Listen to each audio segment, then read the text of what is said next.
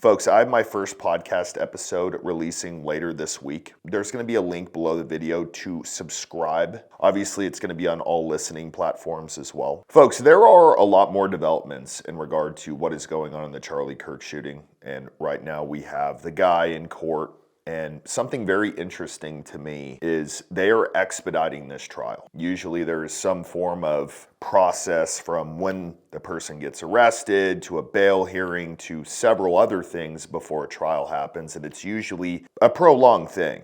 It's not just, hey, we're going to go ahead and speed up the trial. And for me, if some government is involved with this, some high-end contracting company is involved with this, or somebody who is pretty high up in whatever is involved with this, they want this guy gone as quickly as possible. So it's a little bit odd to me. Now, there are a couple of videos that have came out that just kind of have my mind boggled. I'm not really sure what to think of them. The biggest one that I have seen so far is the camera directly behind Charlie Kirk. Where is the footage of that, and why was the video messed with so quickly? In this video, you can see the guy going and turning it off or doing something with the camera. And at that point, that's evidence.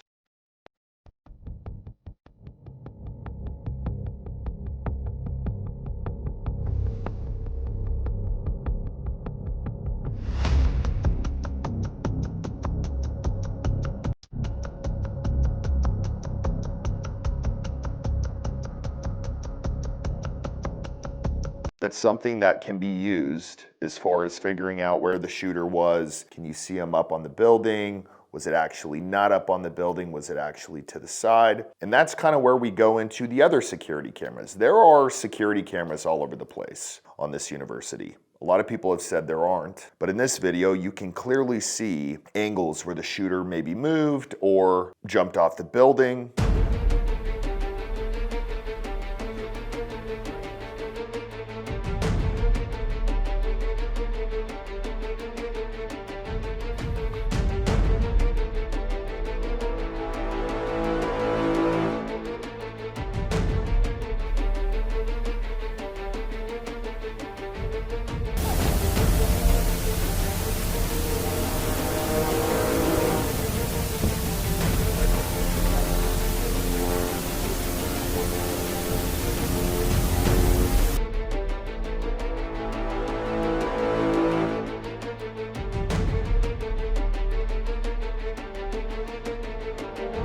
From this video, the first question that I have is, how did he get onto the building? Most buildings are not designed in a way to where somebody can just jump on a building. In fact, the way this guy got off of the building, he had to jump off. So, is there a ladder involved? I mean, what else can people think? Some people are saying maybe he accessed a maintenance door, but remember, this is just some kid or some kid that was potentially a decoy or just a part of the operation. But I do not believe this is the shooter. I've said it before, I'm going to say it again. There are a lot of people out there who have just taken what the FBI has put out as the truth. There is so much more information that they can release, but the process that they've had forever now is release as little as possible, only what the public really needs to see. The problem with that theory is everybody on the internet is now questioning what's going on. You go on X and there is so much information. So the shooting happens and there is a guy by the name of George Zinn who automatically admits to being the shooter, okay? So the cops sit there and arrest him. And after they figured out he was not the shooter, he was let go and then is arrested again for sexual exploitation of a minor. Remember, this guy was also a witness to 9/11. They said there's a plane that's headed towards one of the towers in New York City. And we're just glued. Everybody in the lobby is just going, wow, this is pilot error. What's going on here? You know, it was very confusing. And we see that plane go in, and we just think, wow, you know. And then I think it was what, a 9/12 or something like that that second plane hit that tower immediately. And he was also a guy who made a fake bomb scare at the Boston Marathon. So this guy is no Boy Scout in terms of breaking the law or creating havoc in the community. But as they're walking him out, he's saying, "Shoot me." But before that, you can hear a cop as they're arresting him or trying to walk him out because the dude's got his pants down and can't really figure out what he's doing, one of the cops say he said he was the shooter, but we don't know. We don't know if it's him or not. How dare you! You freaking monster! Yeah! I don't know. He said he shot him, but I don't know, dude. And that's kind of the question that I have is, okay, somebody just says they're the shooter because of some dumb reason. Did he have a gun with him? Like, that's probably the first thing you're gonna look at as a professional law enforcement person is, this guy said he was the shooter. Where is the gun? Where is any evidence that he is actually the shooter? And is he potentially trying to create havoc so the actual shooter can get away? Now, whether or not he is directly involved with this is still up in the air, but my thought process would be maybe he was just really a fan of Charlie being shot, and so he purposely created a distraction, whether or not he was involved with the shooter to help them get away. And that's kind of where we get into the perimeter stuff. But there was a flight that left from the airport, which is pretty close. I don't know why they didn't stop plane traffic, got up in the air, turned its radar off for about 30 minutes. Then the plane came back to Provo, Utah. So for me, what that sounds like is they went somewhere, potentially dropped somebody off, and then came back. But as we all know, it's extremely illegal to shut off the radar on a flight. I don't know why that's not being investigated further. I mean, the question that I would have is, what if this was a normal commercial flight? What would they do? What would the government do? Would it be investigated? Would they think it's a hijacking? Would they think the pilot's gone rogue? What would they say? But because it's this billionaire's plane, it's just looked over. Like, oh, okay, just turn your radar off. It's all good, man. It just doesn't make that much sense. So it's where all this gets weird. Yesterday, we discussed a guy who was seen in the cafeteria of the school. And I commented on the fact that he did not look like he had a real face. He probably just literally put a mask over his face. And we've already heard the scanners saying that there's a guy in all black clothing walking through the cafeteria with a rifle. Maybe the CS building is just east of the library. He's wearing jeans, black shirt, black mask, long rifle. So my question in regard to this is, if there was a shot that came from somewhere else, how is the other guy who was actually arrested involved in this? Just because there are text messages, just because he admits to wanting to kill Charlie Kirk, just because there could be potential motive, doesn't necessarily mean that he is the one who did it. And for everyone out there who is like, oh,